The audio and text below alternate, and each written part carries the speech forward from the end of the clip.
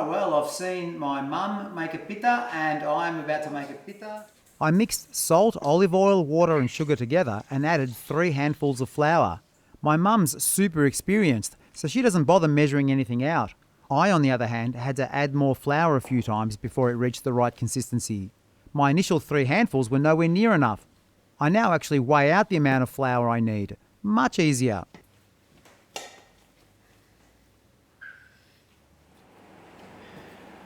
Alright, this is pretty tiring actually. I've been kneading for about 10 minutes. Using the fist, just pumping down onto it and then folding it over and doing it a bit more. So now I'm just going to roll it into a snake like my mum did. 1. And then cut 8 little balls. Making the filling was pretty easy, but again, I only estimated how much I needed. Chuck a bit more in. I now measure things out. Bit of that. Turn it. Bit of that. Turn it. Rolling out the filo proved a little difficult. I forgot to use corn flour and so the pastry was very sticky. Up. But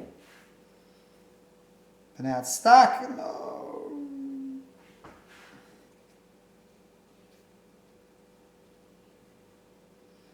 Oh my goodness, my mum just made it look so easy. Also, the shape of each filo was not exactly consistent.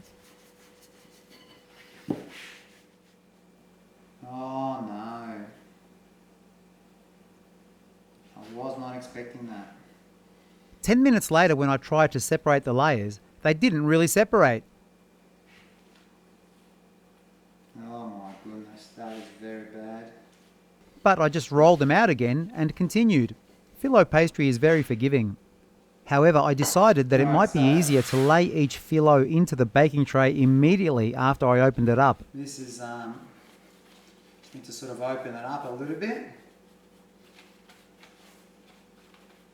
Is it too thick? So, It took me a while to give it enough stretch, and the walls of the pan were way too high, but I got there in the end.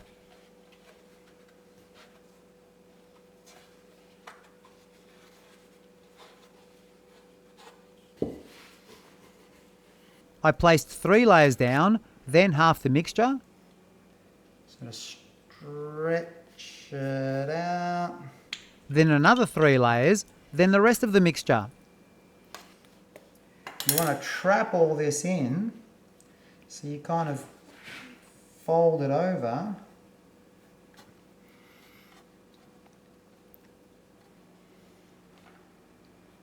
And the final layer, top layer. After enclosing the mixture, I then placed the last 2 layers on. I forgot to put some more oil on the top and went straight for the water. In it goes.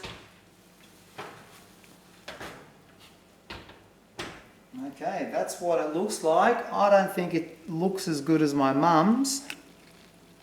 Maybe that, my mum's a bit more wrinkly.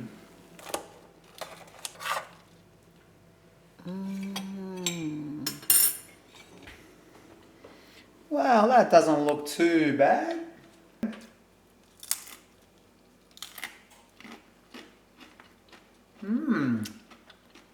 Yeah. What an awesome food. Greek tiropita. So despite the stuff-ups, it still tasted great.